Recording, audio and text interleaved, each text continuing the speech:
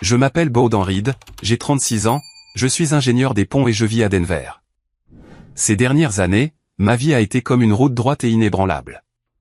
Pas de virage, pas d'arrêt, juste le travail et le silence. J'aimais que ce soit ainsi car cela m'aidait à oublier les choses dont je ne voulais pas me souvenir.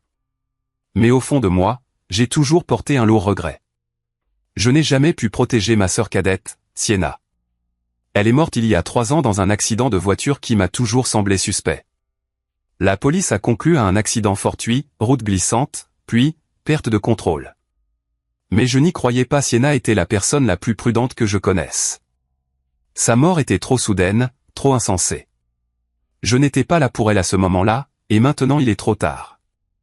Ces 3 dernières années, j'ai enterré la douleur en me jetant dans le travail.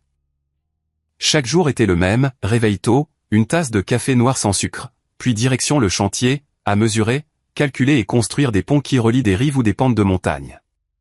Je parlais peu, souriais peu, et mon entourage respectait cela. Il m'appelait l'homme de principe, toujours à l'heure, toujours précis, gardant toujours ses distances. Mais ce week-end, tout a changé.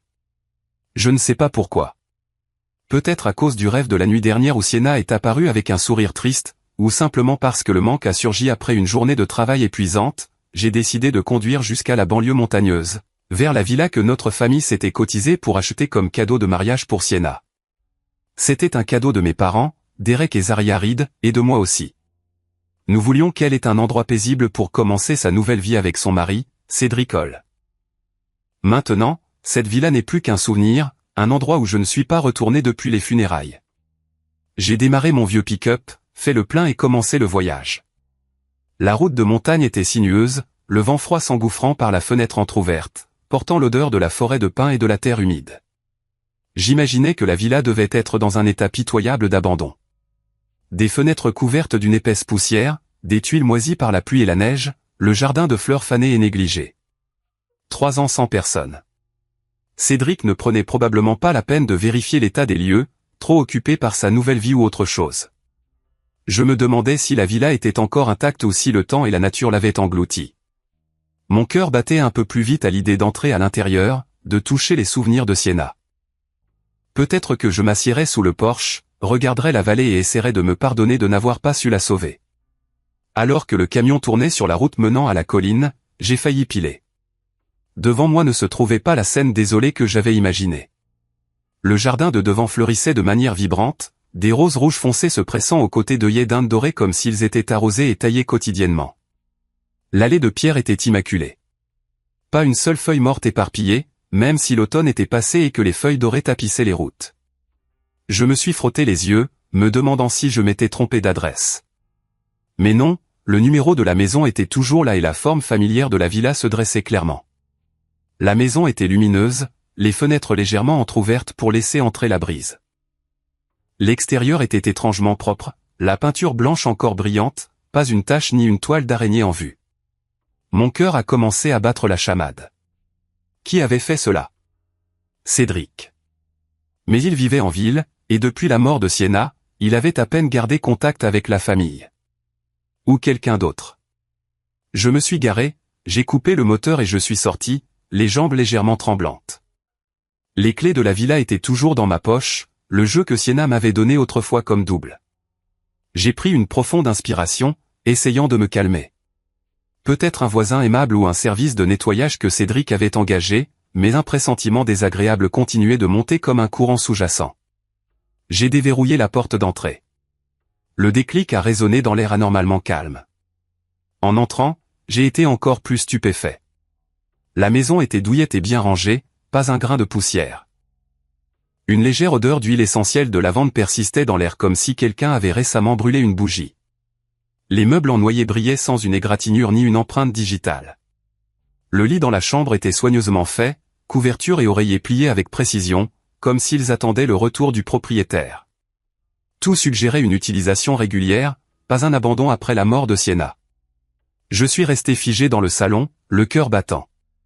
Ce n'était pas une maison hantée, mais on aurait dit que quelqu'un vivait ici secrètement sans permission.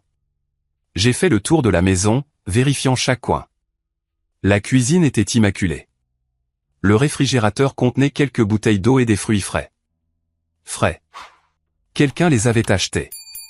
J'ai ouvert le placard et vu des articles inconnus. Une veste d'homme qui n'était pas à Cédric, et une robe de femme courte et révélatrice. Un frisson m'a parcouru. C'était la maison de Sienna. Le dernier souvenir que nous lui avions donné. Qui osait? Je n'ai pas appelé la police tout de suite.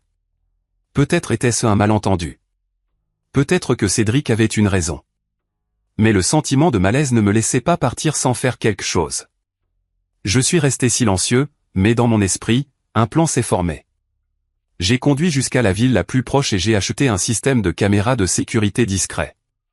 De minuscules caméras, connectées au Wi-Fi, consultables à distance via téléphone. De retour à la villa, je les ai installées discrètement. Une dans le salon, une dans la cuisine, quelques-unes autour de la cour et de l'entrée. Personne ne le savait à part moi. C'était le moyen de découvrir qui venait ici. Le dernier souvenir que notre famille avait dédié à Sienna. Je suis parti au coucher du soleil, le cœur plein d'inquiétude, mais aussi avec une pointe d'anticipation.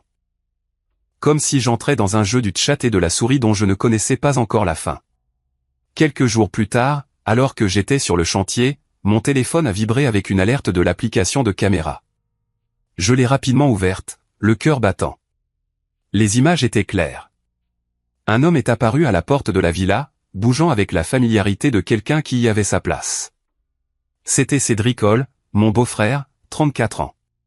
Il semblait le même, grand et mince, les cheveux noirs en désordre, portant une vieille veste en cuir. Mais ce qui m'a stupéfié, c'est qu'il n'était pas seul. À ses côtés se trouvait une jeune et belle femme, à l'apparence séduisante, de longs cheveux tombant sur ses épaules, portant une robe courte et moulante. Ils agissaient intimement. Il avait son bras autour de sa taille, riant et disant quelque chose en ouvrant la porte, entrant comme un couple de longue date. Je suis resté figé dans mon camion, les regardant se déplacer dans la maison via les caméras. Elle s'est assise sur le canapé. Il a pris de l'eau dans la cuisine. Puis ils se sont enlacés sur le lit. Mon sang bouillait. De quel droit Cédric agissait-il ainsi? La villa appartenait à Sienna. Et après sa mort, elle appartenait à la famille. Pourtant, il agissait comme le propriétaire. Je n'ai pas agi immédiatement. J'ai attendu et observé. Au cours des semaines suivantes, les caméras ont tout capturé. Il venait régulièrement le week-end, le vendredi en fin d'après-midi, restant jusqu'au dimanche soir. Il passait des vacances, cuisinait, riait, profitait de la villa comme si elle leur appartenait légalement, sans le fardeau de la défunte. Je regardais les vidéos encore et encore, le cœur en émoi. Je ne voulais pas interférer dans sa vie personnelle. Sienna était partie depuis 3 ans. Cédric avait le droit de trouver un nouveau bonheur. Mais quelque chose sonnait faux. La fille avait l'air très jeune, peut-être seulement dans la vingtaine, et la façon dont il se regardait. Trop passionné, trop rapide. Et ce qui me hantait le plus, c'est qu'il n'amenait jamais Dylan, mon neveu, le fils de Sienna et Cédric, maintenant âgé de 9 ans. Dylan, l'enfant timide privé d'amour depuis la mort de sa mère. Je me souvenais de lui.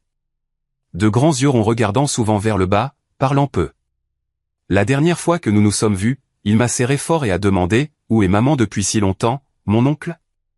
Et maintenant, chaque fois que je voyais Cédric et son amante heureux dans la maison de Sienna, riant, s'enlaçant, profitant, je n'avais qu'une question obsédante. Pendant qu'ils étaient là à se faire plaisir, où était ce pauvre enfant? Et comment vivait-il? Les vidéos des caméras ne cessaient de repasser dans mon esprit comme un film d'horreur, m'empêchant de dormir nuit après nuit. Le jour, sur le chantier, j'essayais de me concentrer sur les mesures et le calcul de la résistance des ponts. Mais dès que mes mains étaient libres, les images de Cédric et de cette fille revenaient en masse. Il riait fort dans le jardin, s'enlaçait sur le canapé, ce même canapé où Sienna s'asseyait pour lire des livres à Dylan. Je serrais le volant de mon camion, les dents serrées. Cela faisait 3 semaines, et Dylan n'était pas apparu une seule fois. Le garçon n'avait que 9 ans. Il avait besoin de nourriture, d'école, de quelqu'un pour le tenir quand il avait peur. Cédric était son père, mais que faisait-il? Négliger son fils pour courir après une amante, laissant l'enfant seul pendant 3 week-ends entiers sans lui. Cette pensée me faisait bouillir le sang. Je ne suis pas du genre à me mêler des affaires des autres, mais c'était la famille, mon propre neveu, le fils de Sienna. Ce week-end-là, j'étais assis chez moi, les yeux rivés sur l'écran de mon téléphone. L'application de caméra m'a alerté à l'heure habituelle. Vendredi en fin d'après-midi. Je l'ai ouverte, le cœur battant. La voiture de Cédric est entrée dans l'allée, soulevant la poussière sur la route à flanc de colline. Il a coupé le moteur, est sorti avec un large sourire, puis a ouvert la porte passager. La silhouette d'une femme, cette fille, a émergé, ses longs cheveux flottant dans le vent de la montagne, sa robe courte et moulante épousant sa silhouette séduisante. Ils se sont enlacés juste à la porte comme si la villa était leur nid d'amour privé. J'ai éteint l'écran et me suis levé brusquement. 3 semaines, c'était plus qu'assez. Fini de regarder de loin. Je devais les confronter. J'ai sauté dans mon pick-up, démarré le moteur et foncé sur la route de montagne. Le vent hurlait à travers les fenêtres, mais le feu dans ma poitrine brûlait plus fort. Je demanderai directement des comptes sur la villa, sur eux, et surtout, sur Dylan. La route montant la colline était sinueuse, mais je conduisais comme un fou, freinant fort dans les virages. Mon cœur battait la chamade, mes mains serraient le volant jusqu'à ce que mes articulations blanchissent. J'imaginais la confrontation. Il serait surpris. Cédric bafouillerait des excuses, mais je m'en fichais. J'avais besoin de la vérité. Alors que mon camion tournait dans le chemin étroit menant à la villa, j'ai vu la voiture de Cédric garée proprement à côté du jardin de fleurs. Ils étaient dehors dans la cour. La fille cueillait quelques roses. Cédric plaisantait sur quelque chose. Je me suis garé à une courte distance, j'ai coupé le moteur et je suis sorti. L'air de la montagne était glacial, mais la sueur coulait dans mon dos. J'ai marché dans la cour en essayant de garder une voix calme, mais dès que j'ai franchi le portail, ils se sont retournés brusquement. La peur était visible sur leurs 2 visages. Cédric s'est figé comme une statue, le visage devenant pâle, les lèvres bougeant mais aucun mot ne sortant. Il se tenait rigide, les bras ballants comme s'il voyait un fantôme en plein jour. La fille à côté de lui a fait un demi-pas en arrière, la main agrippant la sangle de son sac avec méfiance. Je me suis arrêté, prenant une profonde inspiration. L'atmosphère était tendue au point d'en être suffocante. Le vent de la montagne sifflait, les feuilles bruissaient, mais entre nous, il n'y avait qu'un silence mortel. Je me suis forcé à sourire et j'ai levé la main en guise de salut. Et, Cédric. Ça fait longtemps qu'on ne s'est pas vu. Il a dégluti difficilement, essayant de retrouver son calme. Son visage était encore pâle, mais il a bégayé, « Baudin, qu'est-ce que tu fais ici? Pourquoi tu n'as pas appelé avant ?» Sa voix tremblait comme celle d'un enfant pris en flagrant délit. La fille restait immobile, me toisant des yeux. Je me suis tourné vers elle, gardant un ton doux. « Bonjour, je suis Baudin, le frère de Sienna. » Cédric m'a rapidement interrompu, faisant les présentations à la hâte. « C'est Maya. Maya Sloan. Elle a 25 ans, elle travaille comme barman dans un bar en ville. » Maya a forcé un sourire poli, mais il était tendu, incapable de cacher ses yeux inquiets. Sa posture était rigide, comme si elle cachait quelque chose d'important. J'ai hoché la tête, observant. Elle était jeune et belle, mais il y avait quelque chose d'artificiel dans ce sourire, comme un masque. Nous sommes restés là un moment, l'air lourd. Je ne voulais pas tourner autour du pot. Après de brèves banalités, comment va le travail? Ou, il fait beau aujourd'hui, hein? Je suis allé droit au but. Mon cœur battait fort, mais j'ai gardé ma voix stable. Cédric, je sais que toi et Maya venez ici presque tous les week-ends. C'est la villa de Sienna, comme tu le sais. Mais ce n'est pas ce qui me dérange. Je suis vraiment inquiet pour Dylan. Où est-il?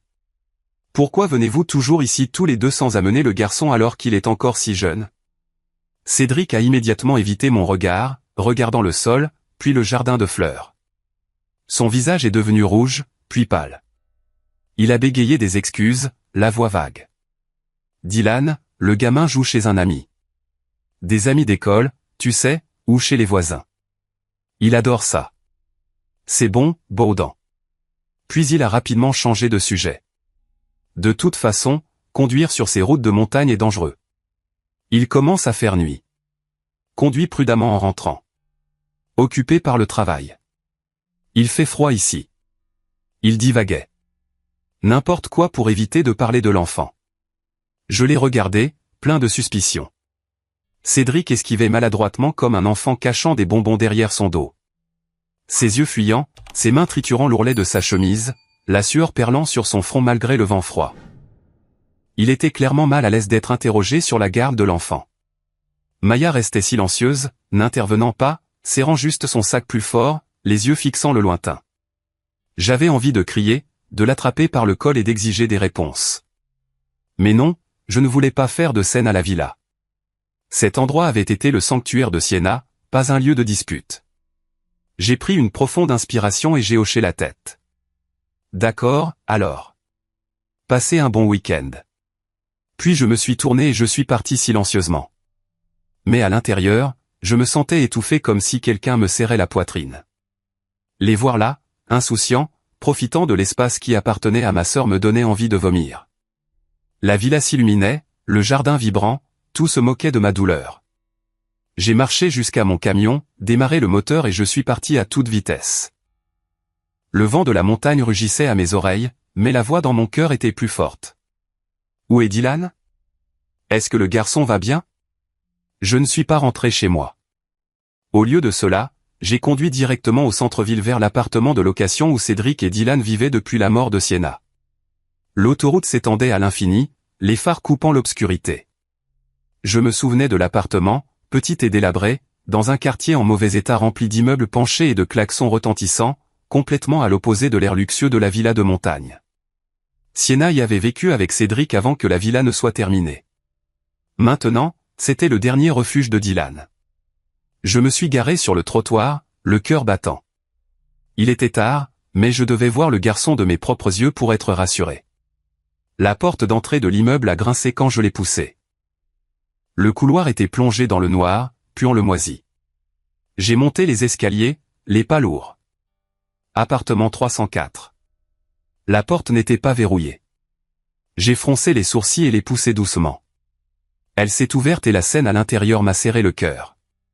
À l'intérieur, une faible lumière jaune provenant d'une ampoule pendante, le bruit de casseroles et de poêles venant de la cuisine, et une forte odeur de brûlé se répandant de manière épaisse. Une légère fumée dérivait. Je suis entré, appelant doucement le garçon, mais pas de réponse. Puis j'ai vu Dylan. Le garçon était maigre, les cheveux légèrement ébouriffés, se tenant précairement sur une vieille chaise en bois, tendant la main vers la cuisinière. Devant lui se trouvait une petite poêle sur le brûleur électrique, des œufs cassés, mais remués maladroitement, une fine fumée s'élevant parce que la chaleur était trop forte. L'huile éclaboussait et Dylan tâtonnait, les mains tremblantes comme s'il avait peur de laisser tomber la poêle. Il portait un vieux t-shirt, un short ample, et était pieds nus. Mon cœur a semblé s'arrêter. Dylan a sursauté au bruit de la porte, se retournant brusquement, de grands yeux ronds pleins de peur. La poêle a failli tomber, mais il l'a rattrapée. À ce moment-là, toutes mes questions sur le comportement de Cédric ont trouvé leur réponse avec une image plus réelle que n'importe quel mot. Le garçon était ici seul, essayant de se débrouiller par lui-même pendant que son père s'amusait à la montagne avec son amante.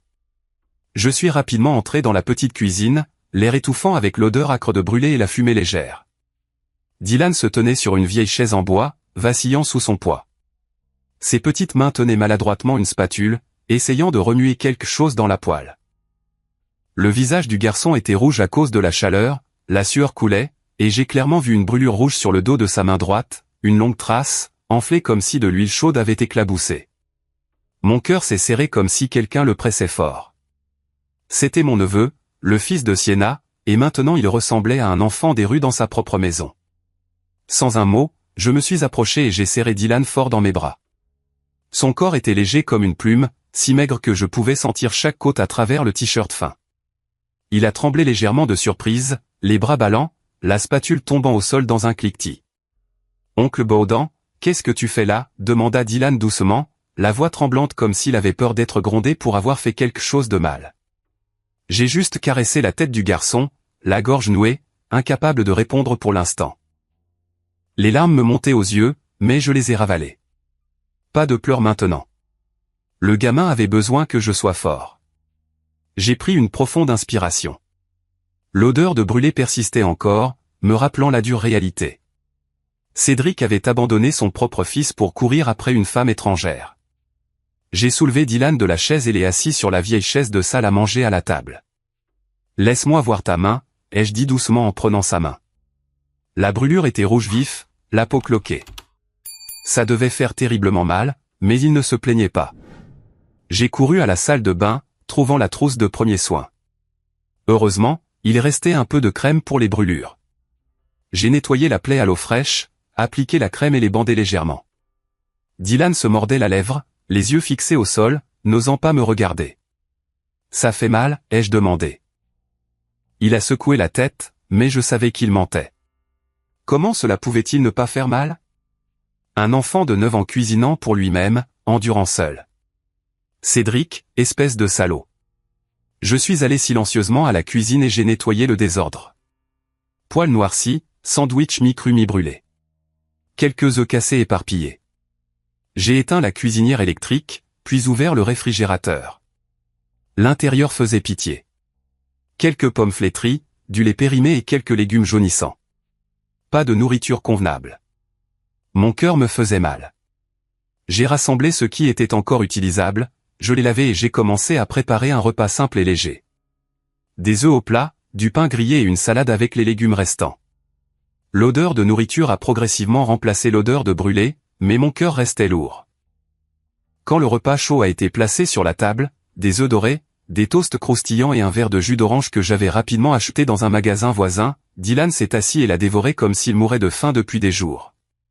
Chaque bouchée dans la bouche du garçon m'étouffait de pitié, de douleur et du sentiment que quelque chose n'allait profondément pas, chose que je n'avais jamais réalisée auparavant. Dylan mangeait si vite qu'il a failli s'étouffer, les yeux s'illuminant un peu, mais la tête toujours baissée comme s'il avait peur que quelqu'un lui enlève tout. Je restais assis à le regarder, les mains serrées sous la table. Depuis combien de temps le garçon n'avait-il pas eu un repas convenable? Cédric avait promis de prendre soin de lui après la mort de Sienna, mais c'était quoi ça? Abandonner l'enfant? Mon sang bouillait de colère, mais je me retenais. Ce n'était pas le moment d'exploser. Dylan avait d'abord besoin de paix. Quand Dylan a fini de s'essuyer la bouche avec sa manche, je me suis assis en face de lui, gardant ma voix douce pour éviter d'inquiéter le garçon. Dylan, dis à tonton, pourquoi es-tu seul à la maison? Où est ton papa? Dylan a baissé la tête, les doigts entrelacés comme s'il luttait intérieurement. Le garçon est resté silencieux un moment, puis a marmonné, papa part avec tante Maya. Tous les week-ends, je suis seul à la maison. J'ai eu l'impression de recevoir un coup de poignard dans le cœur. Maya, la fille de la villa. Donc Cédric abandonnait son fils pour sa petite amie. J'ai demandé plus loin, la voix toujours douce. Et en semaine? Est-ce que ton papa s'occupe de toi? Dylan a hésité, les yeux s'agrandissant. Papa est occupé. Tante Maya vient souvent, puis papa part. Je cuisine pour moi-même, je vais me coucher tout seul. J'ai dégluti difficilement, essayant de rester calme. J'ai demandé si quelqu'un lui disait quelque chose, le grondait ou lui faisait peur. Dylan a baissé la tête plus bas, les mains se tordant plus fort. La voix du garçon était à peine un murmure. Il a dit que papa et tante Maya le grondaient souvent, le traitant de nuisance, de désobéissant. Parfois, papa disait même qu'il était assez grand pour se débrouiller seul. Ces mots m'ont laissé stupéfait. Dylan n'avait que 9 ans, bien trop jeune pour s'occuper de lui-même, et encore moins pour être traité comme un fardeau, une nuisance. Le garçon était son fils, sa propre chair et son sang. J'imaginais la scène. Cédric claquant des doigts. Maya souriant en coin. Dylan se recroquevillant dans un coin. Mon sang bouillait, mes poings se serraient. Comment osait-il? Si Sienna était vivante, elle ne laisserait jamais son fils souffrir ainsi. J'ai serré Dylan dans mes bras et chuchoté, ça va aller. Tonton est là maintenant. Après l'avoir calmé et mis au lit, j'ai raconté des contes de fées, frotté son dos jusqu'à ce que ses yeux se ferment. Je me suis assis silencieusement sur le vieux canapé, l'esprit vide. La pièce était plongée dans le noir, seule la respiration régulière venant de la chambre de Dylan. J'ai regardé autour de moi.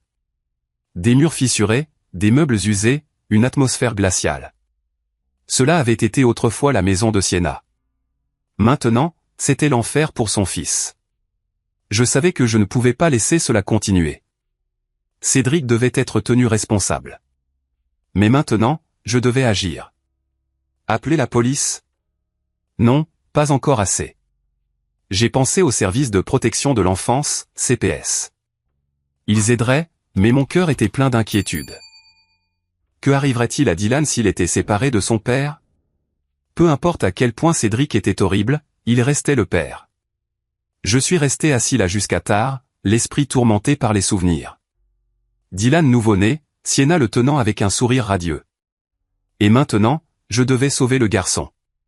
Pendant le reste du week-end, je suis resté à l'appartement à m'occuper de Dylan comme un vrai père. Le samedi matin, je l'ai emmené prendre le petit déjeuner dans un restaurant de pancakes à proximité. Des piles chaudes, du sirop sucré. Dylan mangeait lentement, les yeux brillants, souriant timidement quand je plaisantais. Ces rares sourires de Dylan me soulageaient et me faisaient mal à la fois. Nous avons marché dans le parc. J'ai poussé la balançoire. Dylan riait fort, le vent ébouriffant ses cheveux.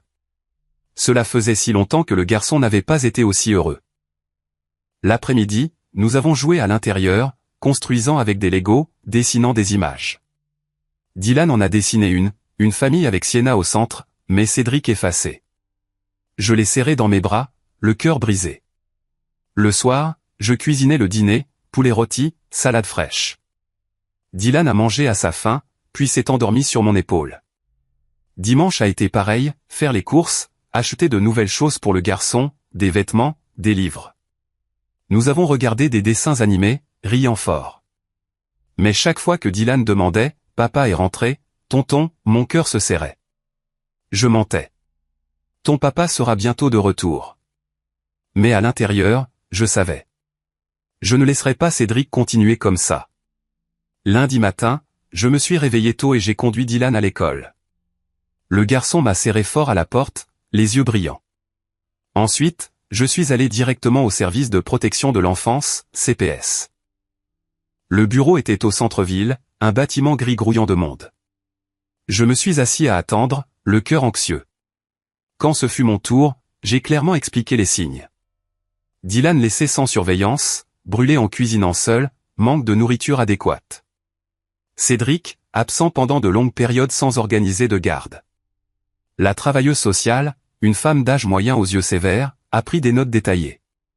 Avez-vous des preuves? J'ai décrit les caméras de la villa, ma visite, les mots de Dylan. Elle a hoché la tête et ouvert un dossier. Nous allons mener une inspection inopinée, évaluer la sécurité du milieu de vie et travailler directement avec Cédric Hall concernant ses obligations parentales en vertu de la loi. J'ai quitté le bureau le cœur un peu plus léger. Quelques jours plus tard, les services sociaux ont envoyé une lettre d'avertissement à Cédric. J'en ai reçu une copie par email exigeant une amélioration des soins aux enfants, avertissant de mesures plus fortes en cas de récidive. J'ai expiré de soulagement, la relisant encore et encore dans mon camion.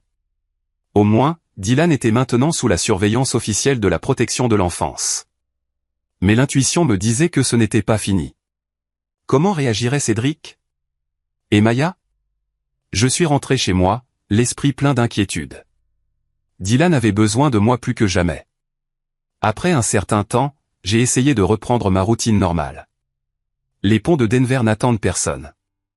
Mesurer, calculer, superviser les ouvriers. Tout cela m'aidait à oublier les problèmes entourant Cédric. J'appelais Dylan quelques fois par semaine, lui demandant comment allait l'école, racontant des histoires drôles, envoyant même de petits cadeaux par la poste, des livres d'histoire, des ensembles Lego. Le garçon riait fort au téléphone, sa voix plus claire qu'avant, mais je pouvais encore entendre une trace de tristesse s'insinuer. Papa sort beaucoup moins maintenant. Oncle, tante Maya vient moins aussi. J'ai hoché la tête pour moi-même, ressentant un soulagement temporaire. Peut-être que l'avertissement des services sociaux avait fonctionné.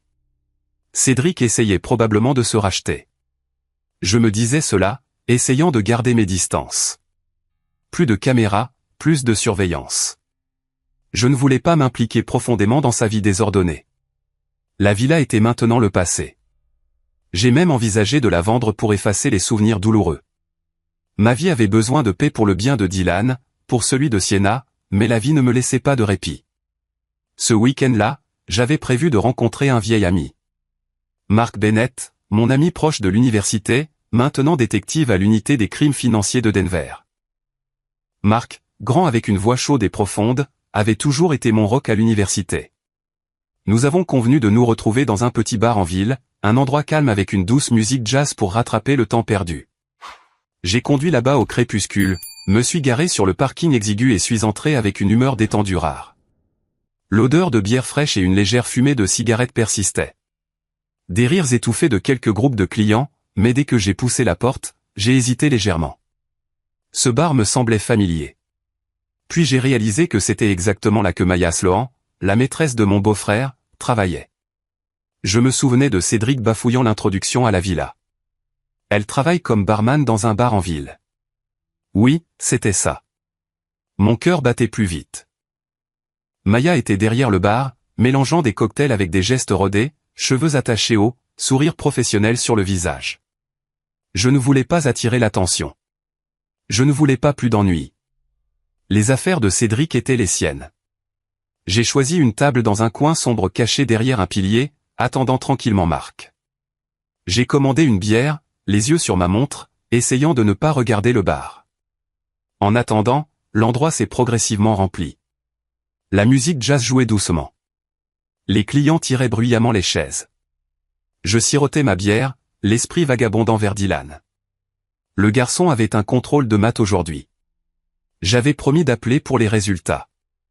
Mais alors mes yeux se sont arrêtés par inadvertance sur le bar. Maya était là, essuyant des verres, discutant et souriant avec un client. Ce qui a attiré mon attention, c'était l'homme assis à côté d'elle. Il était lourdement tatoué, des dragons s'enroulant sur des bras musclés, un visage menaçant avec une cicatrice sur la joue, les cheveux coupés courts, portant une veste en cuir noir, pas un client régulier. Les deux parlaient intimement, riant, se penchant parfois pour qu'il embrasse légèrement sa joue comme un vrai couple. Maya gloussait, la main caressant son bras. Mon cœur battait la chamade. Qui était-ce? Est-ce que Maya trompait Cédric? Ou Cédric n'était-il que l'un des nombreux? Je me suis détourné, essayant de me concentrer sur ma bière. Ce ne sont pas tes affaires, Baudan. Ce triangle amoureux emmêlé n'avait rien à voir avec moi. Le nombre d'hommes qu'avait Maya était son affaire. Je me disais cela, mais le malaise ne cessait de monter. Cédric était faible, facile à mener. Si Maya jouait un jeu, il en serait la victime. Marc est arrivé avec 10 minutes de retard, me tapant l'épaule avec un grand rire. Ça fait longtemps, mon pote. Comment va le travail? Nous nous sommes remémorés le bon vieux temps, l'université, les voyages, maintenant le travail et la famille. Je lui ai parlé de Dylan et des services sociaux, mais j'ai évité de mentionner Maya ou la villa. Marc a hoché la tête, partageant des informations sur son affaire actuelle, une fraude financière. Nous avons ri et bu quelques tournées. Mais tout au long, je ne pouvais m'empêcher de jeter un coup d'œil au bar. Maya et le tatoué étaient toujours là, encore plus intimes. Ils chuchotaient quelque chose. Maya riait fort. J'essayais de rester calme, mais mon esprit s'emballait. Après avoir discuté et nous être séparés, Marc m'a serré la main, promettant une prochaine fois. J'ai baissé mon chapeau pour éviter d'être remarqué et je me suis dirigé vers la sortie. La nuit était tardive, le vent glacial, mais je marchais lentement, essayant de ne pas regarder le bar. Mais alors que je passais devant, un fragment de conversation est parvenu à mes oreilles, me figeant sur place. La voix de Maya, douce mais audible au milieu de la musique. Ce type est si facile à manipuler. Juste quelques fois de plus. La réponse de l'homme tatoué, basse et rauque comme un grognement. Fais en sorte qu'il te fasse un peu plus confiance. Ensuite, tout est fini. Mon cœur battait comme un tambour dans ma poitrine. Ce type? Qui? Mon beau-frère ou quelqu'un d'autre que je n'avais pas vu? La façon dont il parlait, intime, secrète, avec une intention claire me mettait profondément mal à l'aise. Ce n'était pas une romance normale. Quelque chose de louche se passait, comme un plan. Je suis resté figé une seconde, le sang me montant à la tête. Ne voulant pas être surpris en train d'écouter aux portes, j'ai immédiatement quitté le bar, marchant rapidement vers le parking. Mes jambes tremblaient légèrement, mes mains serraient fort les clés. Le bar brillait derrière moi, la musique jouant toujours, mais mon cœur était glacé. Sur le trajet du retour, ces mots repassaient dans ma tête comme un disque rayé. Si facile à manipuler. Fais en sorte qu'il te fasse un peu plus confiance. Ensuite, tout est fini. Je pensais à Cédric, l'homme faible, aveuglément épris de Maya. Il lui faisait assez confiance pour négliger Dylan, traiter la villa comme la leur. Et maintenant, est-ce que Maya l'exploitait avec ce tatoué?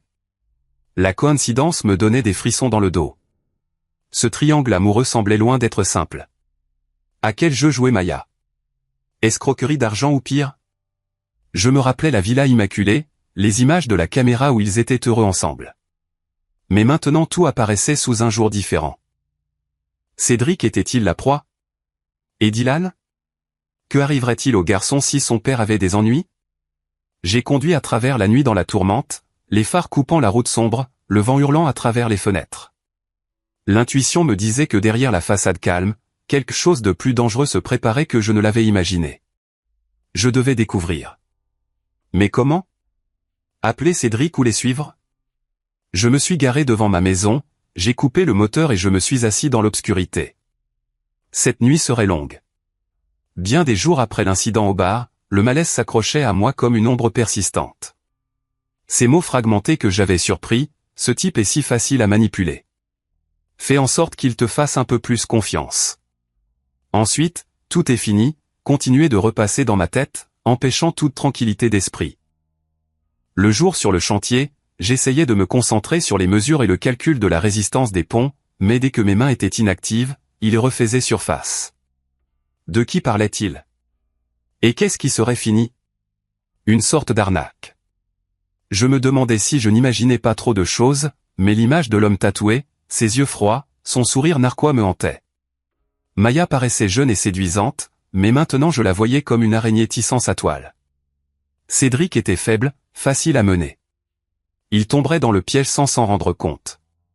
Et Dylan, qu'arriverait-il au garçon si son père avait des ennuis?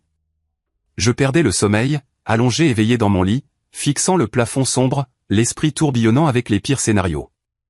Je ne pouvais pas rester inactif. J'ai commencé à prêter attention au bar où Maya travaillait. Après le travail ou les soirs où j'avais du temps libre, je conduisais dans les environs, m'asseyant dans un café en face ou me garant dans un endroit sombre pour observer de loin, évitant d'être remarqué. Je portais une casquette à bord bas, une veste sombre, assis dans mon camion avec une tasse de café qui refroidissait, les yeux fixés sur l'entrée du bar. Le bar était à un coin de rue animé, des néons clignotants, de la musique forte se déversant à l'extérieur. Je n'entrais pas, de peur d'être reconnu, mais je regardais à distance. La première fois, je suis resté assis pendant 2 heures à voir Maya mélanger des boissons, discuter et sourire avec des clients, mais le tatoué n'est pas apparu. Je suis rentré chez moi en me sentant à la fois déçu et soulagé. Mais je suis revenu une 2e fois, une 3e fois. Je notais des choses dans un carnet. Les horaires de travail de Maya, les heures de fermeture, les clients réguliers. Cela ressemblait à une surveillance maladroite, mais je ne pouvais pas m'arrêter. L'intuition me disait que quelque chose n'allait pas. Au fil de plusieurs observations, j'ai remarqué que l'homme tatoué apparaissait peu fréquemment, mais toujours avec une intention claire.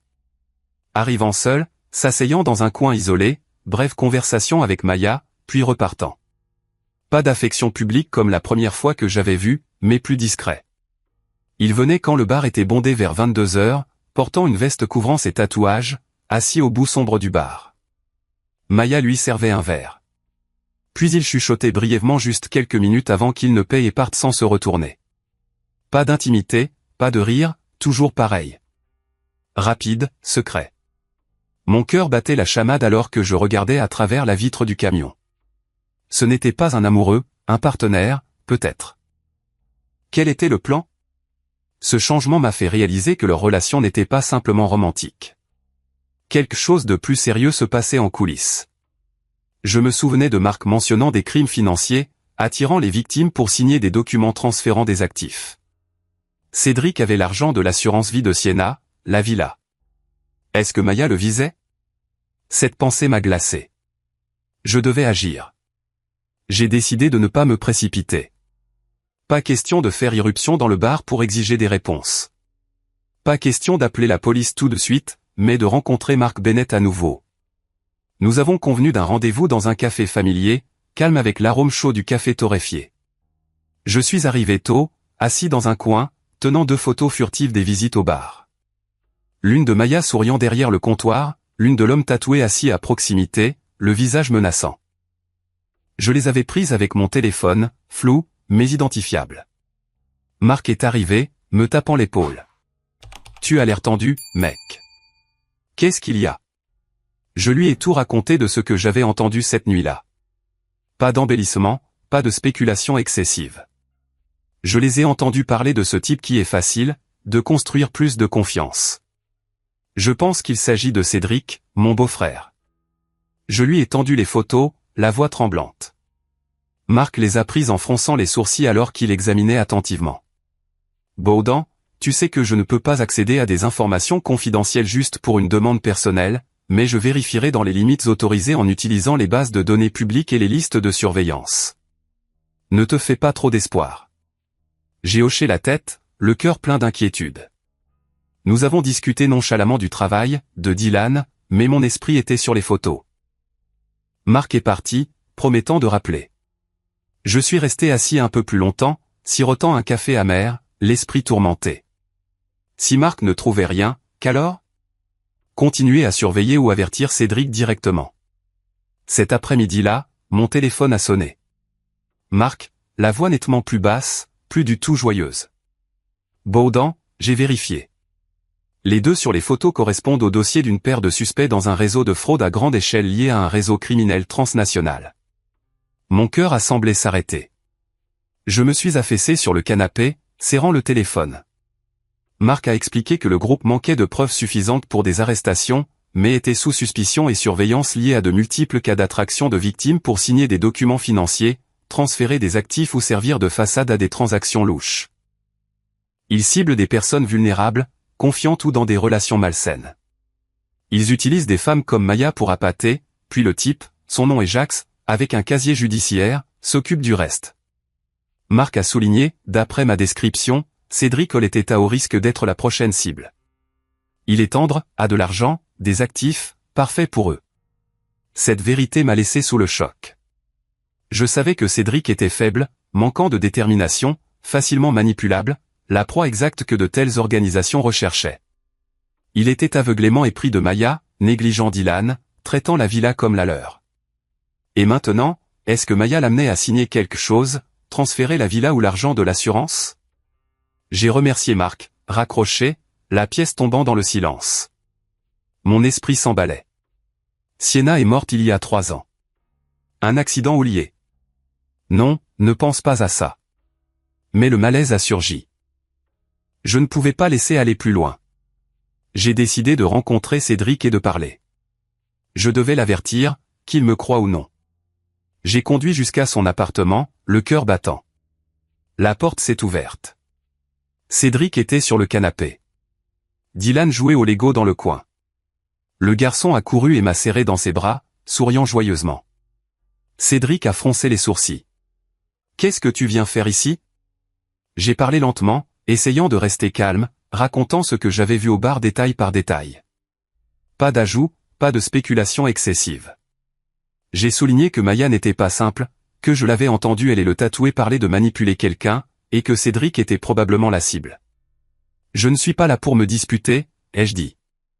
Je veux juste que tu fasses attention. Certaines choses ne sont pas des coïncidences. Cédric est resté silencieux quelques secondes, mais ce n'était pas un silence réfléchi. Son visage est devenu rouge, sa mâchoire se serrant. Il s'est levé brusquement, la chaise derrière lui s'écrasant bruyamment. « Pour qui tu te prends à me faire la leçon ?» a-t-il crié. « Tu penses que je suis un idiot ? Tu me regardes comme ça depuis des lustres, comme si je ne valais rien juste parce que je ne vis pas comme tu le veux. » Avant que je puisse répondre, Cédric a pointé son doigt droit sur mon visage. « Tu inventes tout ça, n'est-ce pas ? Tout ça parce que tu ne veux plus de moi et Maya à cette villa. C'est la villa de Sienna. Et alors ? Elle est morte.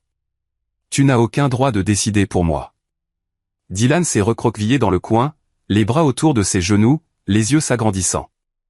J'ai jeté un coup d'œil au garçon, baissant la voix. « Cédric, Dylan est là. Calme-toi. » Mais cela n'a fait qu'alimenter le feu. « Tu oses mentionner le gamin ?» rugit Cédric. « C'est toi qui as signalé aux services sociaux, n'est-ce pas ? C'est toi qui leur as fait inspecter ma maison. Qu'est-ce que tu veux ? Voler mon fils ? » Il s'est approché, la voix tremblante de rage. Tu gâches ma vie, puis tu prétends être le gentil, salaud. La pièce a sombré dans le chaos. Dylan a commencé à pleurer silencieusement, les épaules tremblantes. Je suis resté immobile, ne reculant ni n'avançant. Je ne veux rien te prendre, ai-je dit, la voix s'approfondissant. Si j'ai attiré l'attention des services sociaux, c'est uniquement parce que Dylan ne mérite pas de vivre comme ça. Cédric s'est arrêté brièvement, mais ses yeux se sont rapidement durcis de haine. Il a dit, sors. Sors de ma maison. Ne reviens jamais. J'ai regardé Dylan une dernière fois. Le garçon n'osait pas lever la tête. J'ai compris que mes avertissements n'avaient aucun sens maintenant. Cédric n'entendait rien au-delà de sa propre peur et colère. Je me suis tourné et suis parti, portant un sentiment lourd. Je savais que je ne pouvais pas sauver Cédric, mais Dylan, je le pouvais encore. J'ai réalisé que Cédric était trop aveuglé par ses sentiments pour Maya pour écouter la raison. Il ne pouvait plus distinguer la vérité de la manipulation. Ses yeux flamboyaient, sa voix tremblait de fureur. Je suis resté calme, plus de disputes. Avant de partir, j'ai laissé un dernier avertissement, doux mais ferme. Garde tes distances avec ceux en qui tu as une confiance aveugle, et veille sur Dylan. Le garçon a besoin de toi. Cédric s'est détourné, pas de réponse. J'ai serré Dylan une dernière fois, chuchotant, prends soin de toi, d'accord? Puis je suis sorti, le cœur lourd. En quittant l'appartement de Cédric, j'ai descendu les escaliers, me sentant presque étouffé. Pas de la dispute, mais du sentiment clair que quelque chose de très grave se déroulait. Un danger que je n'avais pas pleinement vu, mais que je pouvais sentir approcher pas à pas. Tous les signes pointaient dans la même direction, et mon intuition hurlait que si je n'agissais pas maintenant, les conséquences seraient irréversibles. Après la confrontation avec Cédric, je savais qu'il n'y avait plus rien que je puisse faire. Tous mes conseils avaient été balayés, et Cédric s'enfonçait plus profondément dans ses illusions et son engouement aveugle pour Maya. Il me regardait comme un ennemi, les yeux flamboyants, la voix tremblante de colère. Tu veux juste gâcher ma vie. Ces mots résonnaient encore dans ma tête sur le chemin du retour. J'avais fait de mon mieux pour lui dire tout ce que j'avais observé, mentionnant même Marc et l'avertissement de la police, mais c'était inutile. Cédric était tellement aveuglé qu'il voyait Maya comme tout, comme son échappatoire à la douleur de perdre Sienna. Je ne pouvais que rester silencieux, espérant que les choses n'empireraient pas, espérant que les services sociaux surveilleraient de près que Dylan serait en sécurité et que Cédric se réveillerait avant qu'il ne soit trop tard. Mais au fond, je savais que cet espoir était aussi fragile qu'un fil. J'ai conduit chez moi sous une pluie légère, les lampadaires flous sur la chaussée mouillée, le cœur plein d'inquiétude. Cette nuit-là, je me suis assis seul dans le salon, fixant la fenêtre, l'esprit tourbillonnant avec les pires scénarios. Que prévoyaient Maya et l'homme tatoué? Cédric perdrait-il tout? L'argent, la villa, même Dylan? Une semaine passa lentement, comme si le temps s'étirait pour tester ma patience. J'essayais de retourner à mon rythme quotidien. Réveil tôt, café noir sans sucre. Puis au chantier, le rugissement des machines, la poussière remplissant l'air, les ponts prenant progressivement forme sous mes mains. Tout cela m'aidait à oublier temporairement. J'appelais Dylan chaque jour pour demander des nouvelles de l'école, raconter des histoires drôles pour le faire rire. Qu'est-ce que tu as appris d'amusant aujourd'hui? J'ai eu un A aujourd'hui. Sa voix claire allégeait mon cœur, mais je pouvais toujours entendre la tristesse sous-jacente. Ton papa est beaucoup occupé, hein? Dylan a hésité. Papa sort beaucoup avec tante Maya, mais il a promis de rentrer tôt. J'ai dégluti difficilement, essayant de ne pas insister davantage. Je ne suis pas retourné au bar. Je ne les suivais plus, de peur d'être repéré, de peur de compliquer encore plus les choses.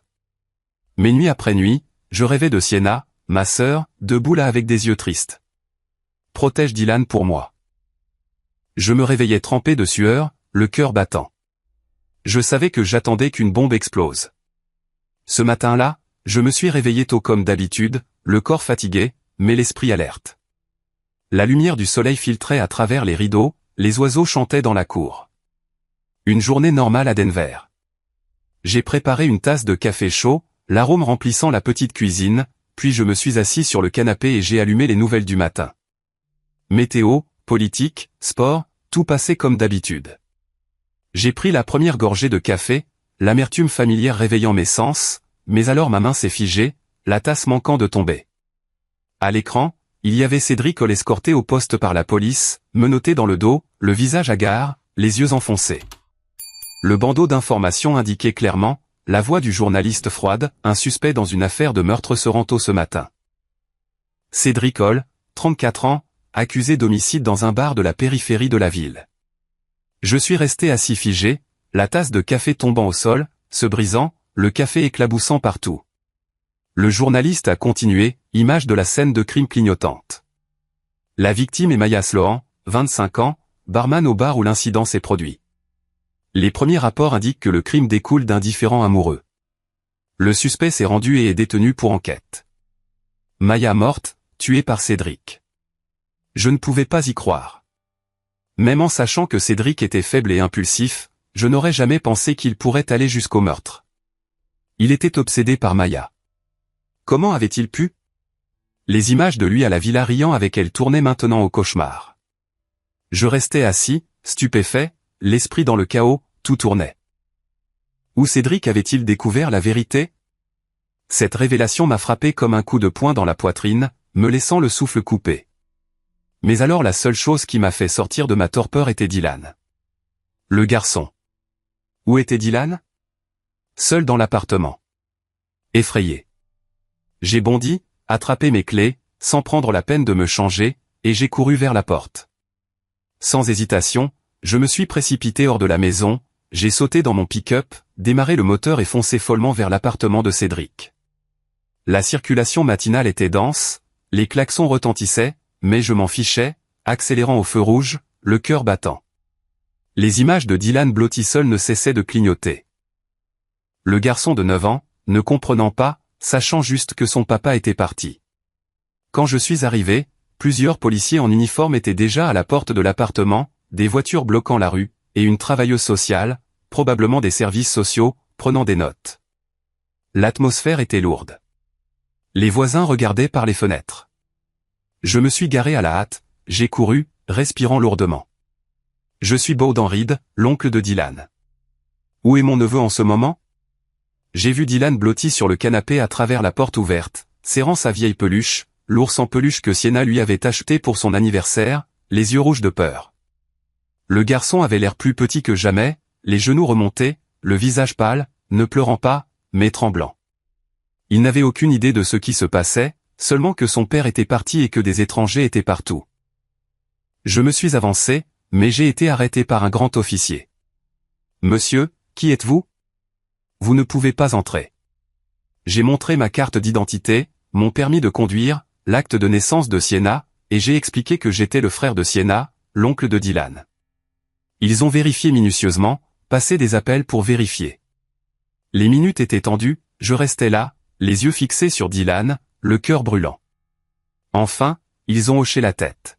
« D'accord, vous pouvez entrer voir le garçon. » Quand il m'a vu, Dylan a sauté et m'a serré fort dans ses bras, tout son corps tremblant de peur. « Oncle Bowden, où? Où est parti papa? Pourquoi la police est là? » La voix du garçon s'est brisée, les larmes coulant. Je l'ai tenu près de moi, frottant son dos, l'odeur familière d'enfant de ses cheveux me nouant la gorge. « C'est bon. Tonton est là maintenant. Tout ira bien. » Même si je n'en étais pas sur moi-même, je me suis agenouillé, le regardant dans les yeux. « Ça va? Quelqu'un t'a fait peur? » Dylan a secoué la tête, serrant plus fort. L'ours en peluche pressé entre nous. La police autour regardait, mais je les ignorais. Dylan était la seule priorité maintenant. Après avoir terminé la prise d'information, ils ont posé des questions sur Cédric, Maya, ce que je savais. La police est partie, laissant l'appartement dans un silence lourd et terrifiant. Des papiers éparpillés, des affaires en désordre. Une odeur de café rassis venant de la cuisine. J'ai rassemblé les affaires essentielles de Dylan. Vêtements, livres, l'ours en peluche, quelques jouets. Le garçon restait là à regarder, les yeux rouges. « Où on va, tonton ?» J'ai forcé un sourire. « Chez tonton. Tu vas rester avec moi quelque temps, d'accord ?» Dylan a hoché la tête, serrant ma main fort. J'ai doucement conduit le garçon hors de cet endroit plein de souvenirs chaotiques. L'appartement qui avait été autrefois la maison de Sienna, maintenant un enfer. Sur le chemin du camion, Dylan a regardé en arrière, la voix petite. Papa va rentrer à la maison, tonton? J'ai dégluti difficilement. Ton papa est occupé, mais tu as tonton. J'ai décidé d'emmener Dylan chez moi, au moins jusqu'à ce que les services sociaux prennent une décision officielle. Je les ai appelés en chemin, signalant la situation. Ils ont promis un traitement rapide. En regardant le garçon s'endormir dans le camion, je savais clairement. Ce soir et pour bien des nuits après, il n'aurait plus à endurer la solitude. Je le protégerais pour Sienna, pour Cédric. Mais la tragédie avait éclaté et je sentais que l'obscurité planait encore. Quand j'ai ramené Dylan à la maison, j'ai essayé de rester calme. Même si mon cœur était dans une tourmente complète, mon petit appartement à Denver, où je vivais seul depuis des années avec des meubles simples, des piles de livres d'ingénierie sur les étagères et l'odeur persistante de café, est soudainement devenu un refuge pour le garçon. Dylan est entré, serrant toujours sa peluche fort, les yeux regardant autour, effaré comme s'il ne comprenait pas où il était. J'ai forcé un sourire et je l'ai conduit à la cuisine. « Assieds-toi là, gamin. Tonton va te faire chauffer du lait. » J'ai versé du lait dans une tasse, l'ai passé au micro-ondes, puis me suis assis à côté de lui à la table. Dylan s'est blotti, les jambes pendantes sans toucher le sol, le visage pâle après une nuit terrifiante. J'ai frotté son épaule, la voix douce. « N'aie pas peur, d'accord? Tonton est là maintenant. » Dylan a hoché la tête, mais ses yeux étaient encore rouges, les larmes coulant. Après l'avoir vu se calmer un peu, respirer plus régulièrement, les mains ne tremblant plus, j'ai doucement demandé, « Dis à tonton ce qui s'est passé. » « Que s'est-il passé hier soir ?» Dylan a enfoui son visage dans ses genoux, la voix petite et tremblante, comme s'il rassemblait tout son courage pour parler. « Hier soir, papa a ramené tante Maya à la maison. Je dormais, mais j'ai entendu la porte s'ouvrir. Puis ils ont commencé à se disputer. J'ai serré les poings, essayant de garder ma voix stable. Comment se disputaient-ils ? Dylan a dégluti, les yeux fixés au sol. Vraiment mal, tonton. Je ne comprenais pas ce qu'il disait. J'ai juste entendu des cris, des choses claquer, des verres se briser, des chaises tomber. J'avais si peur. La voix du garçon s'est brisée, les larmes coulant à flots. Je l'ai serré plus fort, le cœur me faisant mal comme s'il était coupé, imaginant la scène. Cédric et Maya, les amoureux que j'avais vus rire à la villa, se déchirant maintenant dans l'appartement exigu pendant que Dylan se recroquevillait dans sa chambre. Terrifié, il s'est caché dans sa chambre, serrant sa peluche et se couvrant les oreilles, essayant de bloquer le bruit. Je me suis couvert les oreilles tout le temps, mais je pouvais encore entendre. Puis des pas lourds. Papa a ouvert ma porte, le visage tout rouge, a dit brièvement qu'il devait sortir un peu, puis a claqué la porte, me laissant seul. Entendre cela m'a serré le cœur. Dylan a attendu une éternité, mais son père n'est pas revenu. Il n'a pas osé dormir, a rampé jusqu'au canapé, a laissé la lumière allumée toute la nuit, blotti sous la faible lueur jaune, serrant sa peluche comme un dernier bouclier. J'avais peur des fantômes, peur du noir, mais papa n'est pas revenu. J'ai attendu jusqu'au matin. Puis la police a frappé. Ils m'ont demandé toutes sortes de choses. J'ai pleuré. Puis tu es arrivé. La voix de Dylan s'est estompée, tremblante. En entendant cela jusqu'au bout, j'ai serré les mains, la gorge nouée de pitié pour l'enfant. Le garçon n'avait que 9 ans, avait été témoin de disputes, avait été abandonné seul toute la nuit, puis la police avait envahi les lieux. Comment Cédric avait-il pu ? J'ai caressé la tête de Dylan, la voix chaleureuse. Ce n'est pas ta faute. Tu as été si courageux de traverser une nuit aussi effrayante. Tonton est vraiment fier de toi. Dylan a levé les yeux brillants. Tu es fier de moi, tonton ? J'ai hoché la tête et les serré fort. Mais à l'intérieur, la colère bouillait. Cédric, lâche, tellement aveuglé que tu laisserais ton fils souffrir ainsi. Et Maya, maintenant morte. Mais où cette tragédie a-t-elle commencé ? Dylan a posé sa tête fatiguée sur mon épaule. Quelques minutes plus tard, il s'est endormi. Un sommeil lourd après avoir lutté toute la nuit seul. Je l'ai doucement porté jusqu'au canapé, l'ai bordé avec une couverture chaude, lissé ses cheveux en désordre. En regardant Dylan dormir, le visage détendu, je suis resté assis là longtemps, l'esprit vide. La tragédie avait éclaté, mais maintenant il était temps d'en affronter les conséquences. Une fois Dylan profondément endormi, j'ai ouvert mon téléphone, les mains tremblant légèrement. Dernière mise à jour sur la scène de crime. La police avait trouvé l'arme du crime, un couteau de cuisine, dans une ruelle près du bar où Cédric est apparu à l'aube. Le rapport disait qu'initialement l'incident était déterminé comme découlant d'un différend amoureux devenant incontrôlable. Image de la scène de crime, sang accumulé sur le sol du bar, ruban de police, journaliste se pressant. Je suis resté assis stupéfait et j'ai éteint l'écran. Bien qu'il n'y ait pas de preuves solides, je pouvais reconstituer les faits. Cédric a découvert la liaison de Maya avec l'homme tatoué, ou la trahison, ou l'escroquerie. Peut-être qu'elle a exigé qu'il signe quelque chose exposant le plan de fraude. La dispute a explosé, passant des mots à la violence. Puis, dans un moment de perte de contrôle, Cédric a frappé. Tout avait franchi une ligne irréparable. Je pensais à la villa, aux images de la caméra, à quel point ils avaient été heureux ensemble, finissant maintenant dans le sang.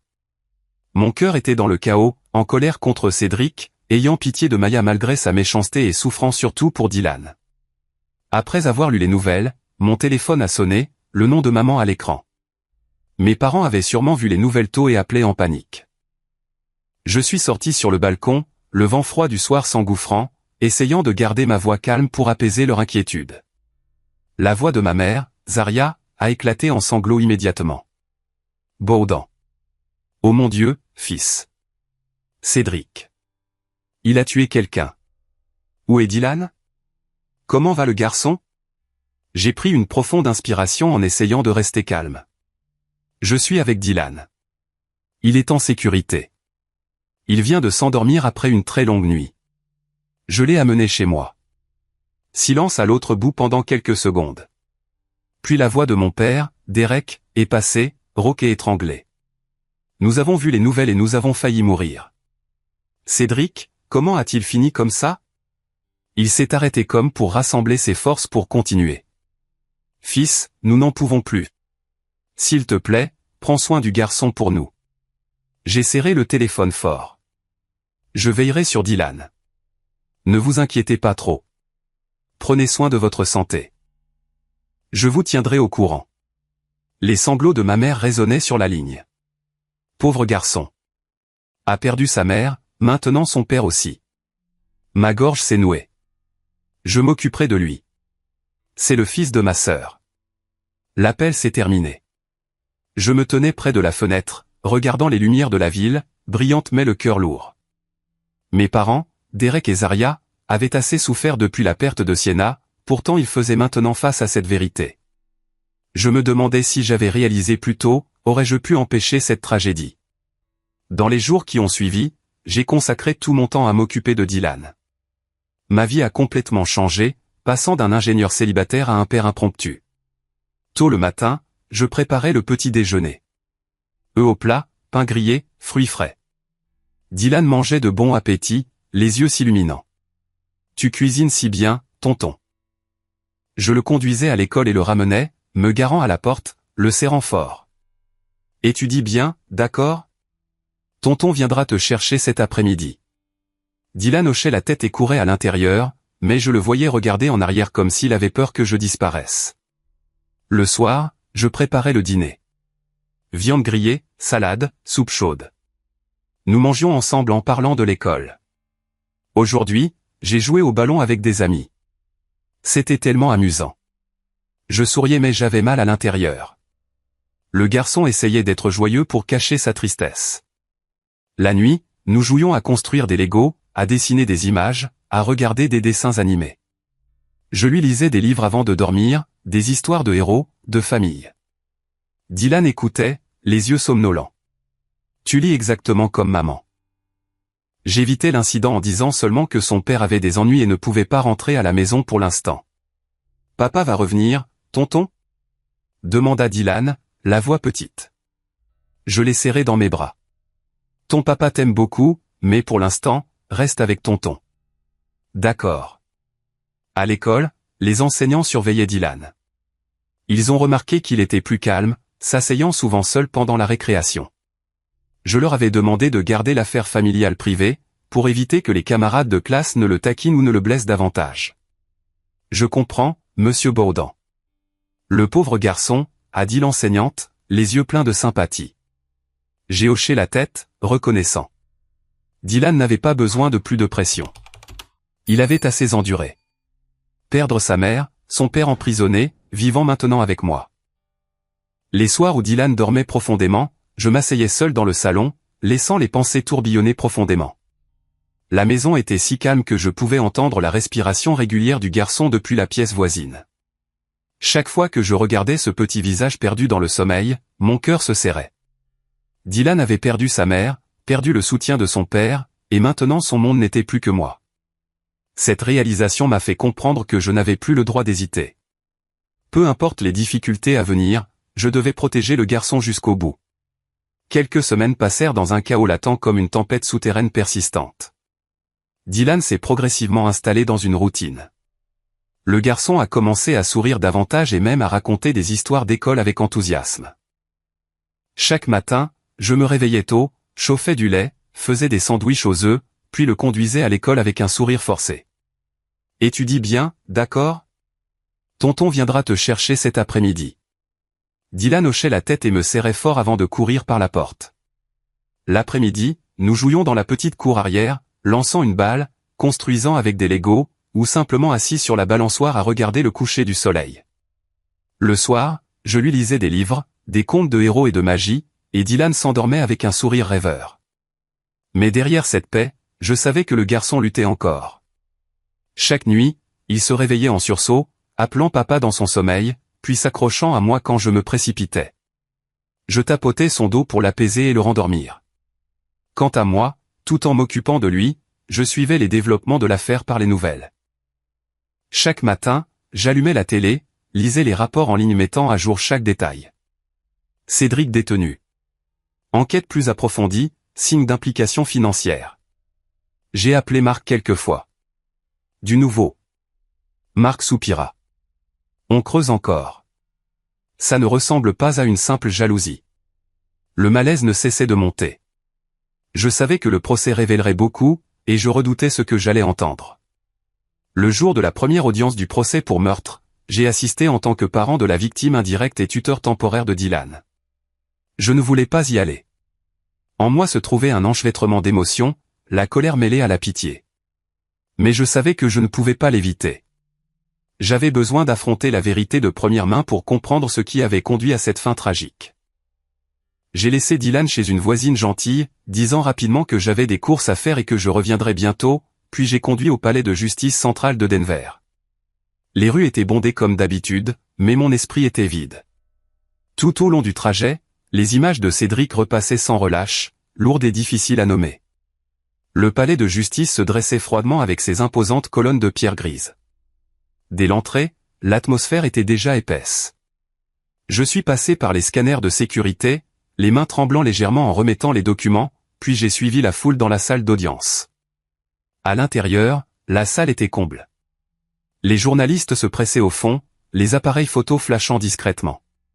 La famille de Maya était blottie dans un coin, des sanglots étouffés dans la gorge, avocats et personnel du tribunal s'affairaient, préparant la séance.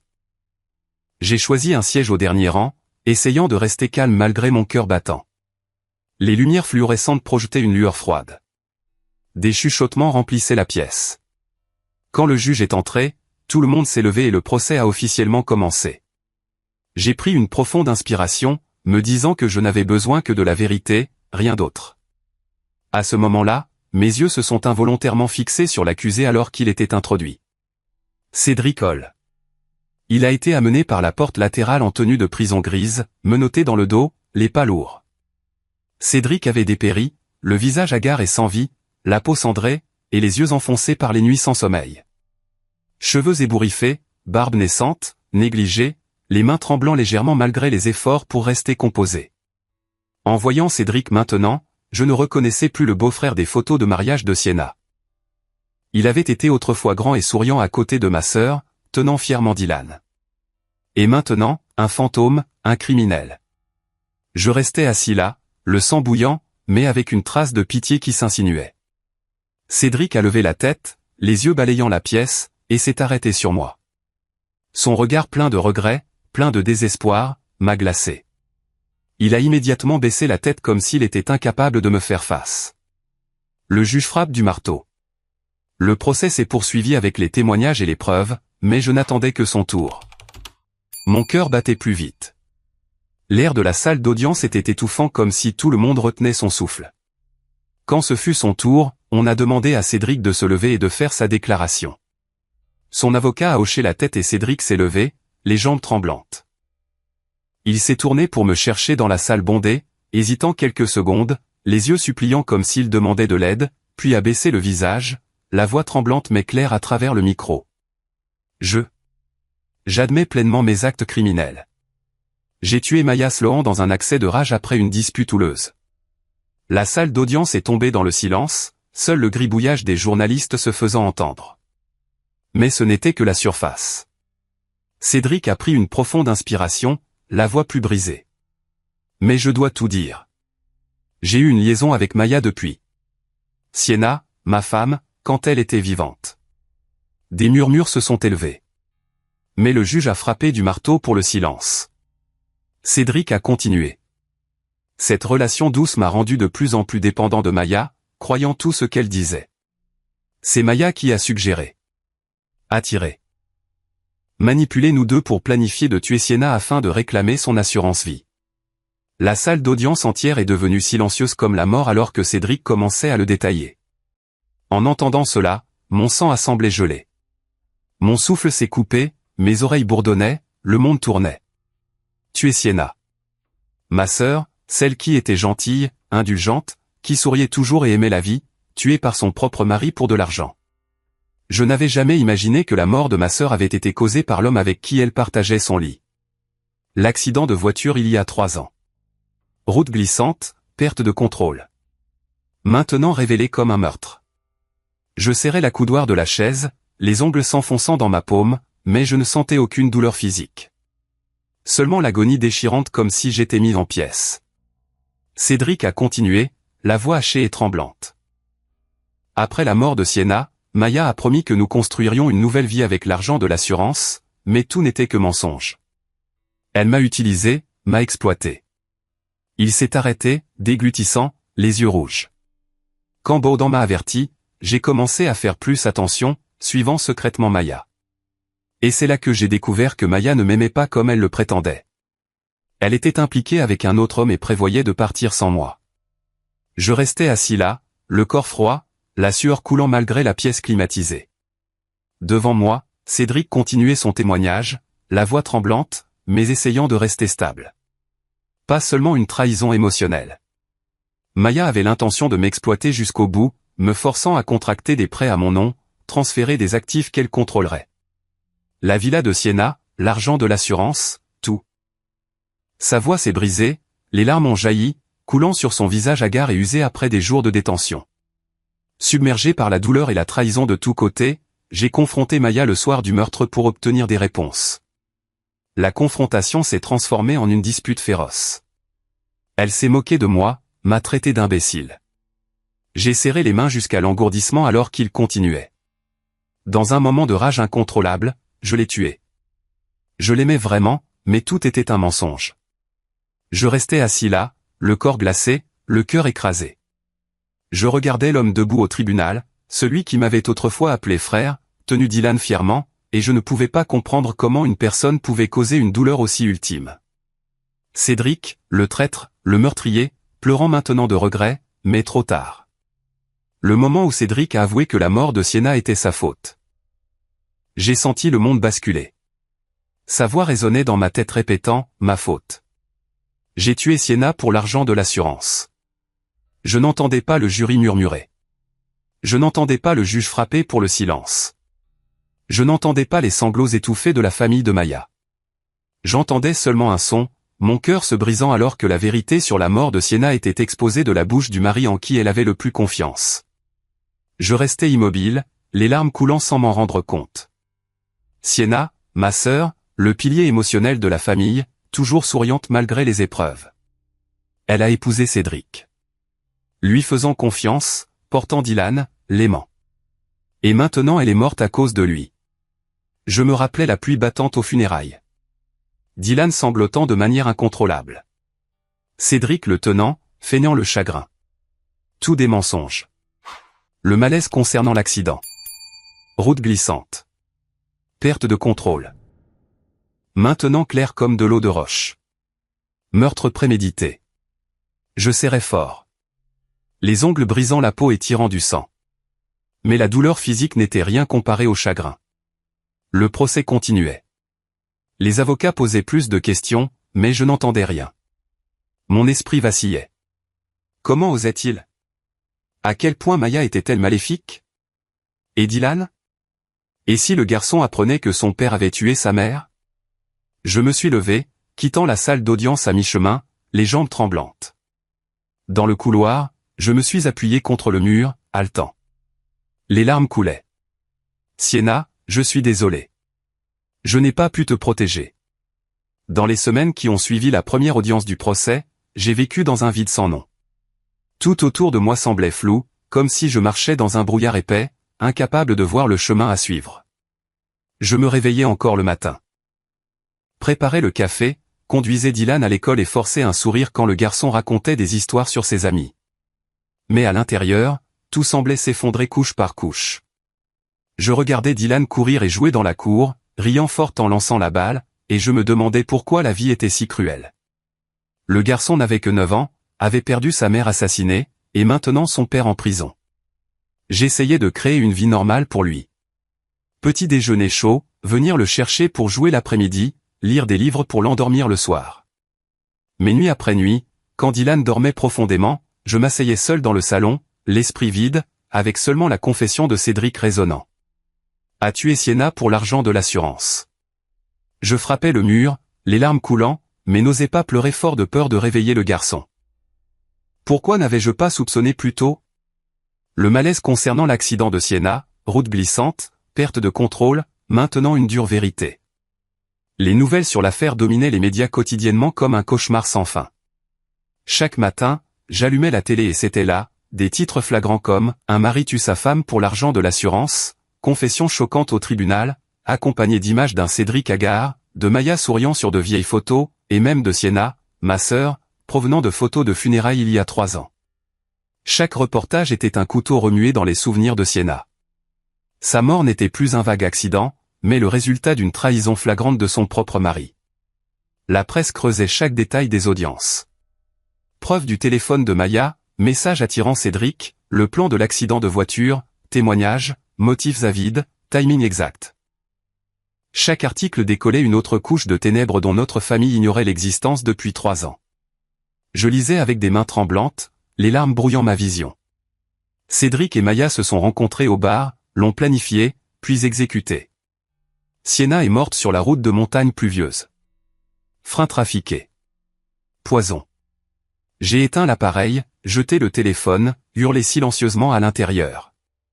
Puis un après-midi, Derek et Zaria sont venus rendre visite. J'étais assis avec Dylan à construire des Legos. Le garçon riait fort alors que la tour était terminée quand la sonnette a retenti. En ouvrant la porte, je me suis figé. Mes parents étaient là, les visages dévastés, les yeux rouges d'avoir trop pleuré. Maman Zaria semblait avoir vieilli de 10 ans, cheveux argentés et bourriffés, main serrant son sac comme si elle avait peur de lâcher prise ou de s'effondrer. Papa Derek se tenait derrière, les épaules voûtées, les yeux vides. Quand j'ai ouvert la porte plus grand, Zaria a éclaté en sanglots bruyants, se précipitant pour me serrer fort comme si elle s'accrochait aux derniers vestiges de Sienna. Elle pleurait de manière incontrôlable, les épaules tremblantes. Sienna, notre fille. Comment en est-on arrivé là? J'ai serré maman, les larmes coulant, mais j'ai essayé de garder ma voix stable. Entrez, maman. Papa. Derek se tenait derrière, essayant de rester calme, mais ses mains tremblaient et ses yeux montraient un effondrement complet, comme un homme autrefois fort maintenant totalement brisé. Quand ils sont entrés et ont vu Dylan recroquevillé endormi sur le canapé, fatigué après avoir joué, la bouche souriant encore légèrement en rêve. Zaria a éclaté en sanglots à nouveau. Elle s'est assise à côté de lui, caressant doucement ses cheveux, les lèvres tremblantes. Pauvre garçon. Il a perdu sa mère. Maintenant son père aussi. Dylan, grand-mère et grand-père sont là. Dylan s'est réveillé effaré, la serrant dans ses bras, ne comprenant pas pourquoi elle pleurait. Derek s'est assis à la table à manger, le front dans les mains, les yeux lointains. Il a parlé doucement comme pour lui-même, si seulement nous avions su. Si seulement elle avait dit quelque chose avant de mourir. Comment Cédric a-t-il pu faire ça? Les mots brisés rendaient l'atmosphère encore plus déchirante, comme une famille brisée s'accrochant au dernier peu de chaleur. Je me suis assis, la voix étranglée. Je suis désolé, maman, papa. Je n'aurais jamais imaginé. Puis je leur ai tout raconté. Ce qui s'est passé avant le procès. La confession de Cédric. La vérité sur la mort de Sienna. Mes parents sont tombés dans le silence. Plus de colère, pas de blâme. Seulement le désespoir de parents ayant perdu un enfant qu'ils ne pouvaient pas protéger. Maman caressait les cheveux de Dylan, pleurant. Ma douce fille. Pourquoi a-t-elle souffert ainsi? Papa a saisi ma main. Sois fort, fils. Pour Dylan. Après des heures passées avec le petit-fils, maman racontant de vieilles histoires sur Sienna, Dylan écoutant les yeux écarquillés, papa tenant silencieusement le garçon, ils m'ont exhorté à continuer de bien m'occuper de Dylan. Puis ils sont partis tranquillement, portant une lourde douleur qu'aucun mot ne pouvait apaiser. Je les ai raccompagnés à la porte, les serrant fort. Prenez soin de vous. Je m'occupe de tout. Leur voiture a disparu. J'ai fermé la porte, me suis affaissé au sol, sanglotant. Dylan a accouru. Tu pleures, tonton? J'ai essuyé mes larmes. C'est bon. De la poussière dans l'œil de tonton. Mais à l'intérieur, la culpabilité rongeait. Pourquoi notre famille devait-elle souffrir ainsi? Au même moment, les nouvelles rapportaient que les personnes impliquées dans le réseau de fraude avaient été arrêtées lors d'un grand coup de filet. L'homme tatoué, Jax, comme Marc l'avait dit, et plusieurs autres dans le réseau étaient détenus pour enquête. Une partie de l'escroquerie a été exposée grâce à la confession de Cédric. Ciblant les hommes veufs, saisissant les actifs, transfert de prêts. Je regardais les nouvelles, le cœur en émoi. La justice arrivait tard, mais au moins Maya et ses complices ne pouvaient plus faire de mal à personne d'autre. Mon téléphone a sonné. Marc, ils ont tous été attrapés, a-t-il dit, la voix basse. Grâce au témoignage de Cédric. Je suis resté silencieux un moment, puis j'ai répondu doucement. Mais Sienna, ma sœur, elle ne peut pas revenir. À l'autre bout, Marc a soupiré. Il a dit, je sais que rien ne peut compenser cela, mais tu as fait tout ce que tu pouvais. L'appel s'est terminé. J'ai serré le téléphone fort, laissant le vide se répandre lentement et lourdement. Le procès final pour la condamnation est arrivé des semaines plus tard. J'y ai assisté à nouveau, assis au dernier rang, le cœur lourd. La salle d'audience était plus bondée, les journalistes entassés. Cédric a été amené, toujours hagard, mais ses yeux maintenant vides comme s'il acceptait son sort. Le juge a lu le verdict. Cédric reconnu coupable de meurtre au second degré plus complot ayant entraîné la mort de Sienna. Peine totale, 34 ans d'emprisonnement, sans libération conditionnelle pendant au moins les 20 premières années. La salle d'audience a murmuré. La famille de Maya a applaudi. Mais je suis resté immobile. En entendant la sentence, je n'ai ressenti aucune joie, aucun soulagement, seulement de l'épuisement. Épuisé par la cruelle vérité, Sienna tuée par son mari, Dylan orphelin. Épuisé, face à la douleur de mes parents qui appelaient quotidiennement d'une voix faible. Épuisé, maintenant le dernier peu de paix pour Dylan. J'ai quitté le tribunal, conduit chez moi, l'esprit vide. La justice est arrivée, mais la douleur est restée. Quelques semaines plus tard, j'ai décidé de rendre visite à Cédric en prison. Pas pour le pardon. Mon cœur était plein de colère, impardonnable à jamais, mais parce que j'avais besoin d'une dernière réponse. Une raison pour clore l'obsession qui me hantait. La prison était en périphérie. De hauts murs de béton, des barbelés, une atmosphère glaçante. J'ai passé la sécurité, attendu dans le parloir, table à cloison vitrée, vieux téléphone.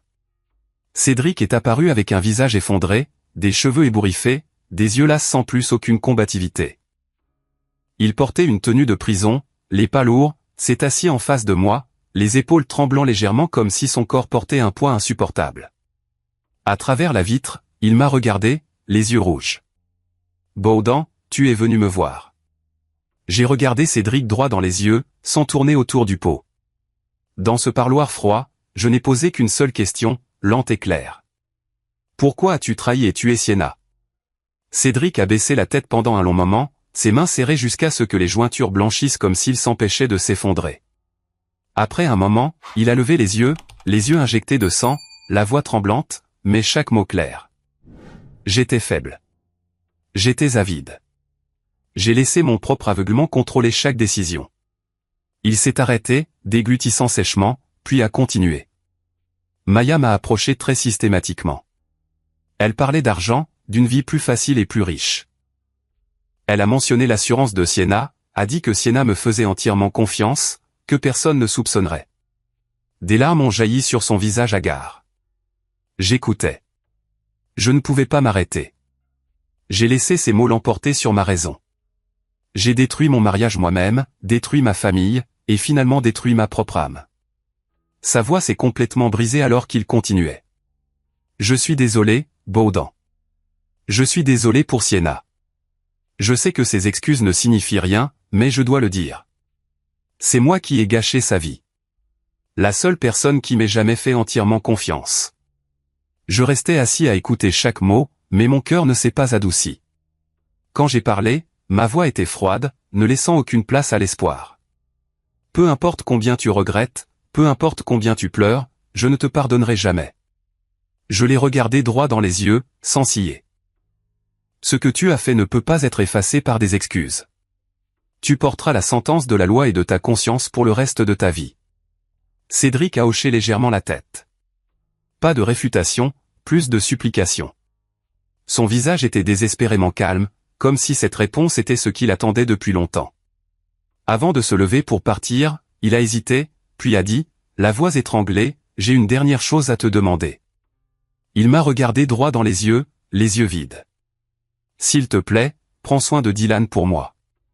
Je ne suis pas digne d'être père. Je ne suis pas digne d'apparaître dans la vie du garçon à nouveau. Sa voix s'est étranglée, mais il a forcé les mots. La seule chose que je peux faire pour mon fils est de devenir un nom effacé. Je me suis levé en regardant Cédric une dernière fois. Pas de pitié, pas de colère, juste une fermeture complète. Puis je me suis tourné et suis sorti du parloir froid de la prison, laissant Cédric là avec la sentence de la loi et la sienne. Sur le trajet du retour, le vent froid s'engouffrait par la fenêtre de la voiture, mais mon cœur était plus calme. La réponse était là, aussi douloureuse fut-elle. Maintenant, il était temps de clore ce chapitre pour Dylan, pour Sienna. Mais la douleur couvait encore comme une blessure non cicatrisée. Après avoir terminé les procédures de tutelle, tout a semblé aller plus vite que je ne l'avais imaginé. Les services sociaux ont inspecté ma maison quelques fois de plus, vérifiant l'environnement de vie, interviewant doucement Dylan, évaluant ma capacité à m'occuper de lui. Je restais assis là, les mains serrées sous la table, répondant calmement à chaque question, bien que mon cœur fût plein d'inquiétude. M. Reed, êtes-vous certain de vouloir adopter votre neveu? C'est un engagement à long terme, a demandé la travailleuse sociale, les yeux me scrutant. J'ai hoché la tête fermement. Absolument certain. Dylan est mon neveu. Tout ce qu'il reste de ma sœur. Ils ont hoché la tête, signé les papiers, et finalement je suis devenu officiellement le tuteur de Dylan. Les documents sont arrivés un après-midi bruineux, l'encre sèche sur les pages blanches, mais il ressemblait à un lien fort nous unissant tous les deux. J'ai décidé de cacher toute la vérité jusqu'à ce que le garçon soit assez mûr pour la chercher lui-même. Dylan n'avait que 9 ans, bien trop jeune pour porter la douleur supplémentaire d'apprendre que son père avait tué sa mère, le complot, la fraude et la trahison. J'ai caché tous les journaux, éteint les nouvelles quand il était à proximité, et ne parlais de Sienna que comme d'une mère merveilleuse, de Cédric comme d'un père ayant de graves ennuis. Quand tu seras plus grand, je te dirai tout, me disais-je. Mais mon cœur était plein d'appréhension. Est-ce que le garçon me pardonnerait s'il savait que j'avais caché cela, ou m'en voudrait-il? Cette pensée m'empêchait de dormir, mais je savais que c'était le bon choix. Protéger Dylan d'abord. J'ai vendu la villa liée à ces souvenirs douloureux peu après. La villa, autrefois un cadeau de mariage pour Sienna, où j'avais installé des caméras et découvert Cédric et Maya, où la tragédie avait commencé, ressemblait maintenant à un fantôme obsédant. J'ai appelé un agent immobilier, signé la vente rapidement, sans regret. Avec le produit de la vente, j'ai acheté une petite maison simple à la périphérie de Denver avec un jardin luxuriant, des chambres confortables et une cuisine spacieuse pour cuisiner ensemble. Le jour du déménagement, j'ai conduit avec Dylan. Le garçon était assis à l'arrière, serrant sa peluche, les yeux écarquillés devant le changement de paysage. « C'est la nouvelle maison, tonton ? Est-ce qu'elle a une cour ?» demanda-t-il, la voix excitée, mêlée d'inquiétude. J'ai souri. « Elle a une cour, gamin. Ta propre chambre, et tonton construira une balançoire aussi. » Nous avons emménagé. Quelques cartons de vêtements, livres, jouets, et je l'ai senti clairement. C'était notre nouvel espace pour que l'oncle et le neveu recommencent à zéro. Plus d'odeurs obsédantes de la vente de la villa. Plus d'images de Cédric riant avec Maya à travers les caméras. Juste nous, oncle et neveu, reconstruisant à partir de zéro. Mais en fermant la porte de l'ancien endroit une dernière fois, je me suis arrêté, la main sur le cadre, le cœur serré. Sienna, me pardonnerais-tu ? L'appréhension persistante demeurait. Le passé reviendrait-il nous hanter ? Dylan semblait comprendre plus profondément que les adultes ne le réalisaient. Le garçon n'a plus jamais mentionné son père, comme s'il choisissait de fermer cette porte lui-même pour éviter de m'inquiéter. Dans les premiers jours, j'attendais. J'attendais que Dylan pose des questions sur Cédric, sur la prison. Mais le garçon restait silencieux. Il ne voulait pas en parler, comme s'il savait que cela ne ferait que m'attrister. Le garçon se concentrait sur la nouvelle vie, courant dans la cour, dessinant des images de notre famille oncle-neveu, riant fort pendant les jeux. Je regardais Dylan, le cœur plein de surprises mêlées de douleur. Comment un enfant de 9 ans pouvait-il être si mature ? Cachait-il sa douleur ou choisissait-il vraiment d'oublier ? Cette pensée me faisait surveiller anxieusement chacun de ses gestes, un sourire forcé, un regard lointain. Mais Dylan semblait aller bien, comme une fleur s'épanouissant après la tempête. Notre vie est progressivement devenue paisible comme une rivière calme après des rapides. Nous avons construit de petites habitudes, des moments qui réchauffaient mon cœur au milieu de la douleur persistante. Nous cuisinions ensemble. Dylan debout sur un tabouret tenant la cuillère pour remuer la soupe. Gloussant quand la farine éclaboussait. « Tonton, j'ai gâché la soupe. » Je riais, essuyant son visage. « C'est bon, tonton. On t'apprendra encore. » L'après-midi, nous faisions les devoirs. Dylan mordant son crayon en résolvant des maths.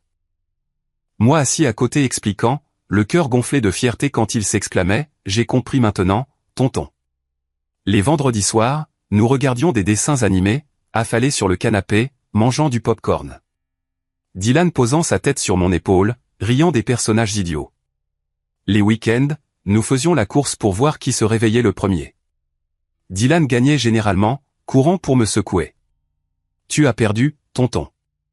Je gagne aujourd'hui. » Ces moments me faisaient sentir clairement que le vide de Sienna était rempli par le rire de Dylan.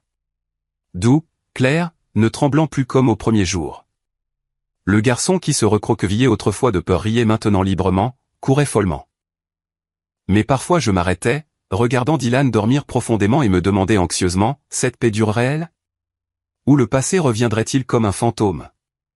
Occasionnellement, j'emmenais Dylan rendre visite à grand-mère et grand-père. Ces voyages étaient comme un remède de guérison pour toute la famille. En arrivant dans leur maison de banlieue, Dylan se précipitait, serrant Zaria fort. « Grand-mère, tu m'as tellement manqué. » Zaria souriait, les yeux brillants de larmes en le tenant. « Tu nous as manqué aussi. » En regardant mes parents serrer Dylan, lui montrant comment arroser les plantes ou jardiner, Derek à genoux, tenant l'arrosoir. « Juste un peu d'eau, petit-fils. La plante poussera doucement. » Je voyais dans leurs yeux une lumière qui s'était longtemps éteinte et qui se rallumait maintenant. La lumière de l'espoir. Ma mère, Zaria, qui avait pleuré sans fin après le procès, souriait maintenant quand Dylan cueillait des fleurs pour elle. Merci, mon amour. Mon père, Derek, qui avait été silencieux, racontait maintenant des histoires drôles, faisant rire Dylan aux éclats. Ces visites me remplissaient d'une chaleur anxieuse. Cet espoir était-il fragile ou durable ? Mais en regardant Dylan courir dans le jardin de grand-mère et grand-père, je savais que nous guérissions petit à petit. Un après-midi de fin d'automne, je regardais Dylan courir dans notre nouvelle cour, son rire se mêlant au vent froid et mordant, des feuilles dorées tourbillonnant autour du garçon. Il poursuivait le ballon, le visage rouge, criant de joie. Je me tenais sur le porche tenant une tasse de café chaud, regardant silencieusement. Ce moment m'a fait faire une pause et réfléchir au voyage douloureux. du retour à la villa et la découverte des secrets en suivant Maya, au signalement aux services sociaux, à la tragédie du meurtre, au procès choquant et à la visite en prison avec Cédric. Tout cela ressemblait à un long cauchemar plein de suspense, de malaise, de douleur. Mais maintenant, en regardant Dylan rire fort, j'ai réalisé que s'accrocher au bon nous avait sauvés tous les deux de l'obscurité. Nous avions failli tomber. Moi autrefois vide. Dylan autrefois terrifié. Mais l'amour nous avait tirés vers le haut. De tous ces événements, j'ai compris que la perte peut briser les gens, mais elle peut aussi les rendre plus forts pour protéger ce qu'il reste. Sienna partie, Cédric emprisonné, mais Dylan ici, et je serai fort pour le garçon. J'ai réalisé qu'affronter la vérité, aussi amère soit-elle, est la seule façon de mettre fin à la douleur et de commencer à guérir. Pas de fuite, pas de dissimulation pour toujours. Je le dirai à Dylan quand il serait plus grand, mais maintenant laissons-le être heureux. Et j'ai profondément ressenti qu'aimer et prendre soin de ceux qui sont encore là est toujours plus important que de courir sans fin après ce qui ne peut être sauvé.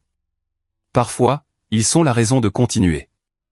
Dylan, avec son rire clair, ses câlins chaleureux étaient ma raison. Nous allions vivre et être heureux, malgré le passé qui couve encore. Et c'était peut-être la plus belle fin à cette tragédie.